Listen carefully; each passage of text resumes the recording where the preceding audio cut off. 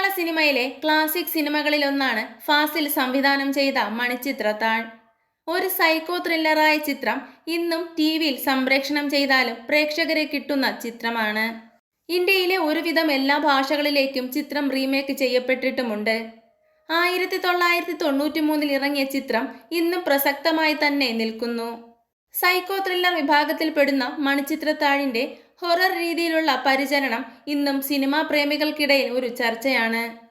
മധു മുട്ടം തിരക്കഥ രചിച്ച ഈ ചിത്രത്തിൽ മോഹൻലാൽ, സുരേഷ് ഗോപി, ശോഭന എന്നിവരാണ് മുഖ്യ കഥാപാത്രങ്ങളായി എത്തിയത്.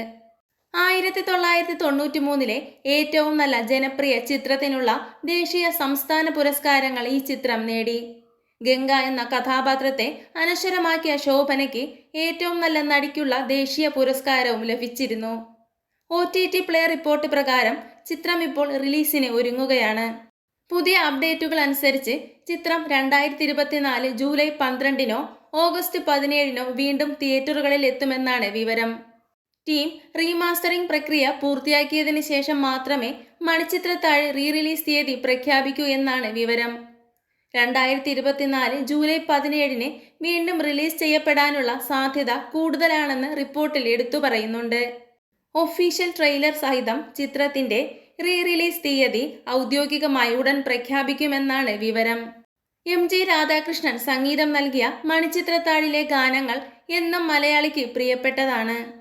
രാജ്യത്തെങ്ങും നിലനിൽക്കുന്ന റീ റിലീസ് തരംഗത്തിനൊപ്പം മികച്ച നേട്ടം കൈവരിക്കാൻ മലയാളത്തിലെ ക്ലാസിക് ചിത്രത്തിന് സാധിക്കുമെന്നാണ് ബോക്സ് ഓഫീസ് പ്രതീക്ഷ. ഇതുപോലുള്ള സിനിമാ വിശേഷങ്ങൾക്കായി ചാനൽ മറക്കാതെ സബ്സ്ക്രൈബ് ചെയ്യുക.